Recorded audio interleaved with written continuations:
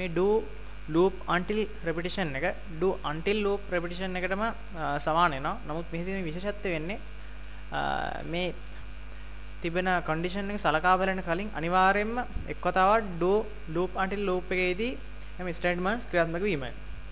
ඒ අනුව do until loop එකේදී condition එක true වෙන තෙක් තියෙන statements ක්‍රියාත්මක වෙන නිසා මේකෙත් ඒ විදිහටම එක සැරයක් statements ක්‍රියාත්මක වෙලා ඊට පස්සේ ඒ condition එක සලකා බලලා ඒක false නම් නැවත සැරයක් ඒ repetition එක සිදු වෙන්න පටන් ගන්නවා.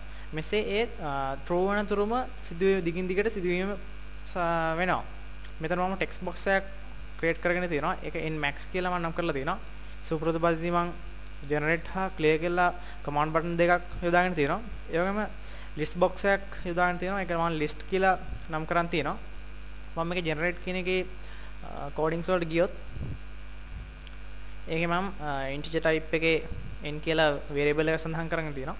ඊට පස්සේ මම do කියන keyword එකෙන් පටන් ගන්නවා do loop until repetition එක. ඊට පස්සේ do කියලා සටහන් කරලා enter key එක ඔබලා ඊට පස්සේ ක්‍රියාත්මක විය යුතු statements මම ලබා දෙනවා.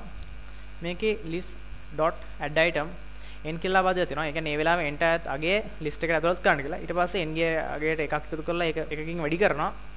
ඊට පස්සේ නැවතත් loop until කියලා සඳහන් කරලා තියෙනවා. ඉන් පස්සේ තමයි සලකා බලන්නේ n ගේ අගය මම අර කලින් සඳහන් කර මේ text box එකට ආයත් වෙන අගයට සමානද සලකා බලන එක.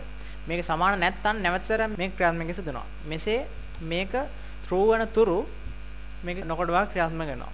අපි මේක දැන් run time එකේදී බලුවොත් මම මේකට 34 දීලා generate කරොත් මේක 0.33 දක්වා ඉලක්කම් පැමිණෙන්න ඕනේ.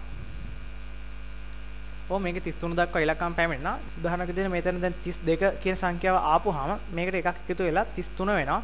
ඊට පස්සේ අර text box එකේ 33 කියන අංකයට මේ 33 සමාන වෙන නිසා එතනින් එහාට නැවතත් ක්‍රියාත්මක වීම සිදු නොවේ. 32කින් පමණක් ඒක නැවතීම සිදු වෙනවා.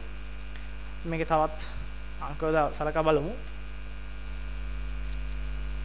ඒ විදිහට තමයි ක්‍රියාත්මක වෙන්නේ. මම හිතනවා do loop until loop එක ගැන ඔබ මනාව වැටහීමක් ලබා ගන්න ඇති කියලා.